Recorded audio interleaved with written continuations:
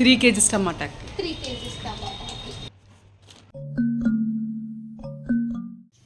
Hey all, welcome to my channel. నేను మీ చరిత. ఇది weekly vlog.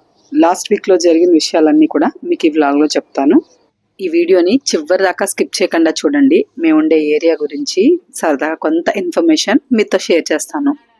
ఈ సొరకాయ మా నైబర్స్కి ఎవరో ఇచ్చారు. చాలా పెద్దది, 2 అడుగులు ఉంటుంది. అది విహారికి ప్రజెంట్ ఆట వస్తువు అనమాట. ఇదే వీక్లో మీషో నుంచి నేను ఆర్డర్ పెట్టిన కొన్ని థింగ్స్ వచ్చాయి. అవి వెజల్స్ని క్లీన్ చేసుకోవడానికి యూజ్ అయ్యే స్క్రబ్బర్స్ అనమాట. వాటిని ఆల్రెడీ నేను వాడుతున్నాను. ఇంతకుముందు నాకు అత్తయ్య గారు కొన్ని ఇచ్చారనమాట. చాలా యూస్ఫుల్గా అనిపించడంతో మళ్ళీ నేను వాటిని ఆర్డర్ పెట్టాను. అదే ఈ రివ్యూ.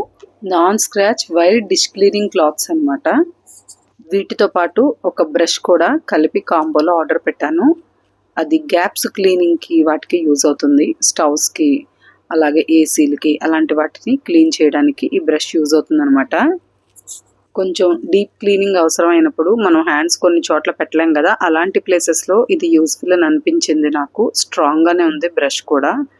వీటితో పాటు గ్లౌస్ని కూడా నేను మీషోలోనే ఆర్డర్ చేశాను. విహారీ బాటిల్స్ అవి కడగడం కొంచెం ఈజీ అవుతుందని. సోప్స్, లిక్విడ్స్ లాంటివి నాకు పడవు, చేతులు మండుతూ ఉంటాయన్నమాట. అందుకని ఇవి ఆర్డర్ పెట్టాను. ఈ వీక్ అంతా కూడా యూస్ చేశాను. క్లీనింగ్ కొంచెం ఈజీ అయింది నాకైతే. లింక్ని నేను డిస్క్రిప్షన్లో ఇస్తాను, రెండిటి లింక్ని. ఇంట్రెస్ట్ ఉంటే ట్రై చేయండి.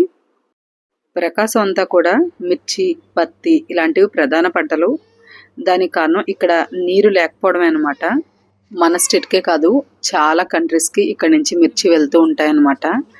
ఈస్ట్ వెస్ట్లో ఊరగాయగా ఆవకాయని ఎలా అయితే పెట్టుకుంటూ ఉంటామో, వీళ్ళు ఈ పండు మిరపకాయలతో పచ్చడి అలా పెట్టుకుంటూ ఉంటారు.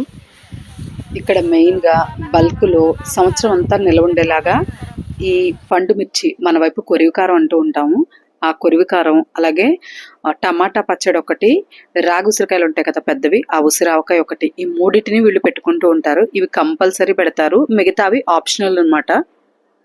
వీళ్ళు దీన్ని పండు మిరపకాయ పచ్చడి అంటారు. వీళ్ళ స్టైల్ కొంచెం డిఫరెంట్ అనమాట. ఈ రెసిపీ నేను ఈ వీడియోలో చెప్తాను, స్కిప్ చేయకుండా చూడండి. పండు మిరపకాయల్ని నీటిలో కడిగేసి తర్వాత ఒక క్లాత్ మీద ఆరబెట్టాలి. వాటిలో పాడైనవి, సగం విరిగిపోయినవి ఏమైనా ఉంటే పక్కకు తీసేయాలి. అవి పచ్చడికి పనికిరావు.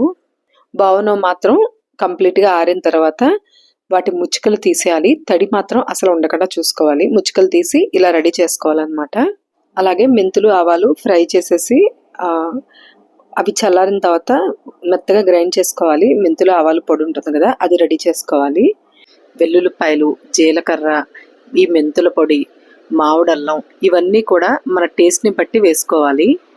1 కేజీ మిరపకాయలకి 200 గ్రాములు చింతపండు లెక్క. సాల్ట్ తగినంత వేసుకోవడమే. ఈ సీజన్ అంతా కూడా ఈ పచ్చళ్ళు ఇలా గ్రైండర్లో రుబ్బుతూ ఉంటారు బయట. మనకి లెక్క తెలియకపోయినా మిరపకాయలు ఎన్ని కేజీలు ఉన్నాయో చెప్తే అన్నీ వాళ్ళే ఇన్ని కేజీలు తెచ్చుకోమని చెప్పేస్తారనమాట. మనం జస్ట్ బయట తెచ్చేసుకోవడమే.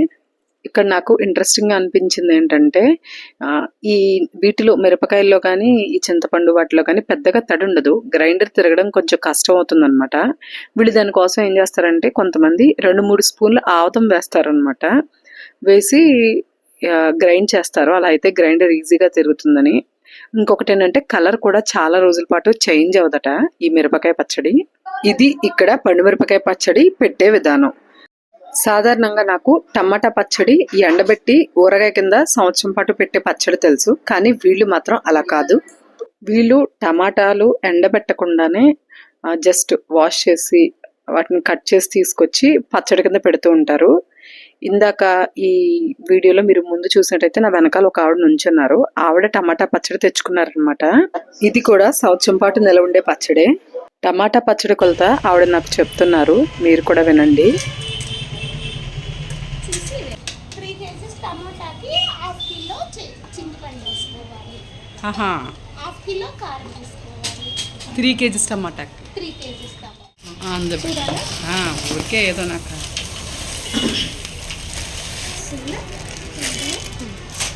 కారం ఎంత తెచ్చుకున్నామండి? తెచ్చి మెంతిపిండి అవుతుంది వేస్తా అంటే ఇది కొంచెం ఇది కొంచెం వేసేస్తా పట్టింది. ఇలా వీళ్ళు టమాటా పచ్చడిని ఎండబెట్టకుండా పెడుతూ ఉంటారు. ఇది 1 year నిలవ ఉంటుంది. కాకపోతే ఒక 6 monthsకి కలర్ చేంజ్ అయిపోతూ ఉంటుంది. అలాంటప్పుడు మనం కనుక ఫ్రిడ్జ్లో పెట్టేసుకుంటే 1 year చేంజ్ అవ్వకుండా ఉంటుంది.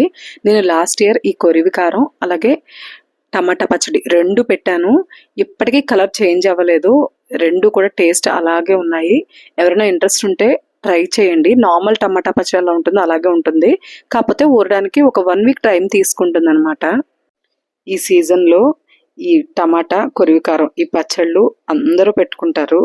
ఈ గ్రైండర్స్ అయితే అసలు ఖాళీ ఉండదు. ఒక్కొక్క రోజు అయితే క్యూ ఉంటుందన్నమాట.